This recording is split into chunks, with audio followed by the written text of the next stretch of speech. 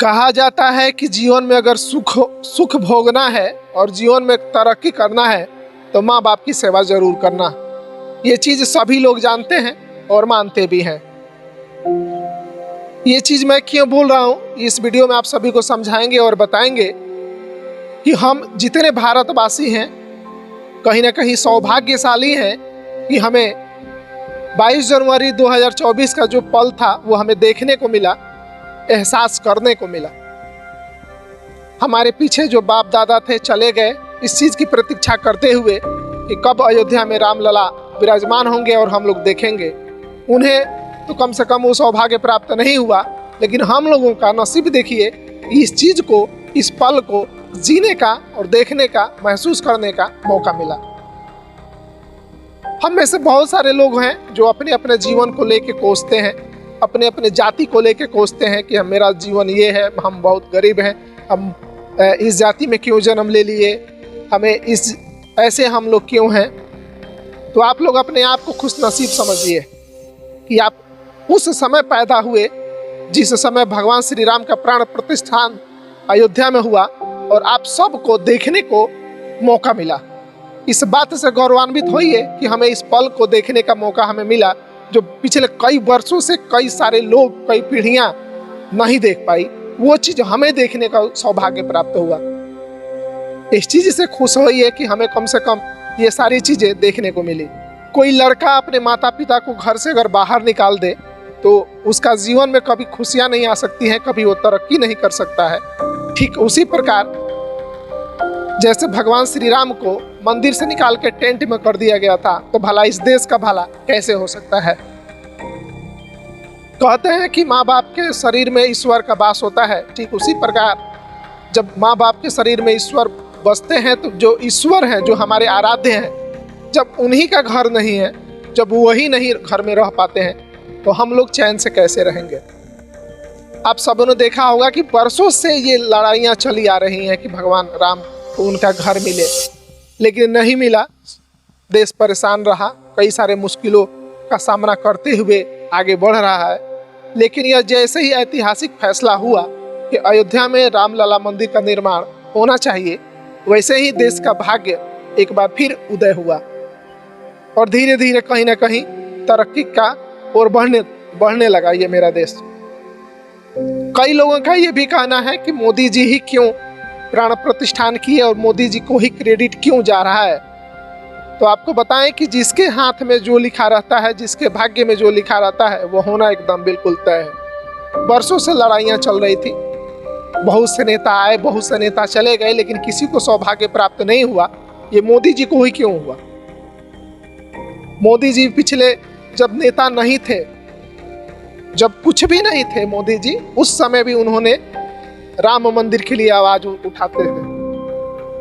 राम मंदिर के लिए हमेशा सोचते थे कि कैसे रामलला अयोध्या में विराजमान हो। और कहते हैं ना कि समय बहुत बलवान होता है। समय का पहिया चल रहा था, चलते चलते मोदी जी मुख्यमंत्री बने, मुख्यमंत्री से प्रधानमंत्री बने, प्रधानमंत्री से आज उनके कर कमलों के द्वारा अयोध्या में भगवान श्री रामलला का प्राण प्रतिष्ठान हुआ। यह कोई संयोग नहीं है, ये सब लिखा गया था कि कब कैसे किन के द्वारा होगा। और इस चीज को लेके पूरा देश आज राममय है। एक बार फिर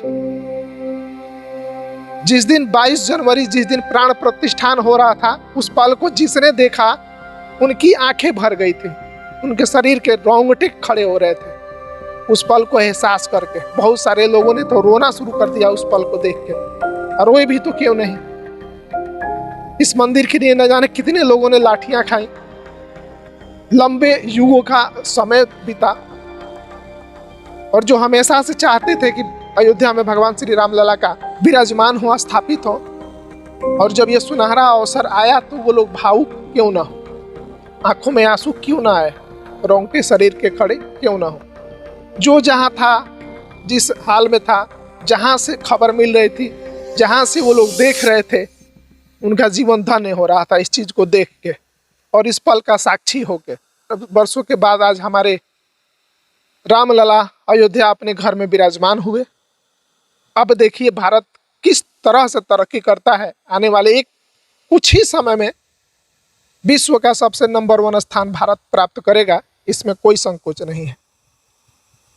क्योंकि जब हमारे आराध्य प्रसन्न रहेंगे तो हम सभी प्रसन्न रहेंगे, घर के माता पिता प्रसन्न रहेंगे तो बाल बच्चे प्रसन्न रहेंगे। आज पूरा देश राममय भगवामय है और काफी अच्छा लग रहा है, काफी गौरवान्वित महसूस कर रहे हैं तमाम देश के लोग। और यह पल बहुत खुशनसीब हैं हम लोग कि इस पल में हम लोग मौका मिला इन सब चीज़ों को देखने और सुनने का। आने वाली पीढ़ियों को आप बताएंगे कि हमने देखा है राम लला को विराजमान होते हुए। जिस प्रकार से आज़ादी के समय जो लोग थे वो कहते थे कि हमने आज़ादी दिलवाई है 1947 में, उस समय का पल कैसा था, दौर कैसा था, वो लोग बताते हैं। और हम लोग सोचते हैं कि काश उस समय हम लोग भी होते तो हमें भी वो मौका मिलता। लेकिन 2024 22 जनवरी ऐतिहासिक दिन, जिस पल का साक्षी पूरा दुनिया हुआ, पूरा भारतवर्ष हुआ, भारतवर्ष के लोग हुए, और काफी अच्छा लगा ये सारी चीजें देखकर। अंत में जाते जाते बस यही कहेंगे कि यह तो अब बस एक झांकी है, मथुरा काशी बाकी है। अब आगे आगे देखिए राम भक्तों को और क्या क्या चीज देखने को मिलेगा, महसूस करने को मिलेगा और उस पल का साक्षी होने का मिलेगा। बाकी तमाम बातचीत को लेके आप क्या सोचते हैं, राम मंदिर को लेके क्या सोचते हैं, मोदी जी को लेके क्या सोचते हैं, कमेंट आप जरूर करें और कमेंट में जय श्री राम जरूर लिखें।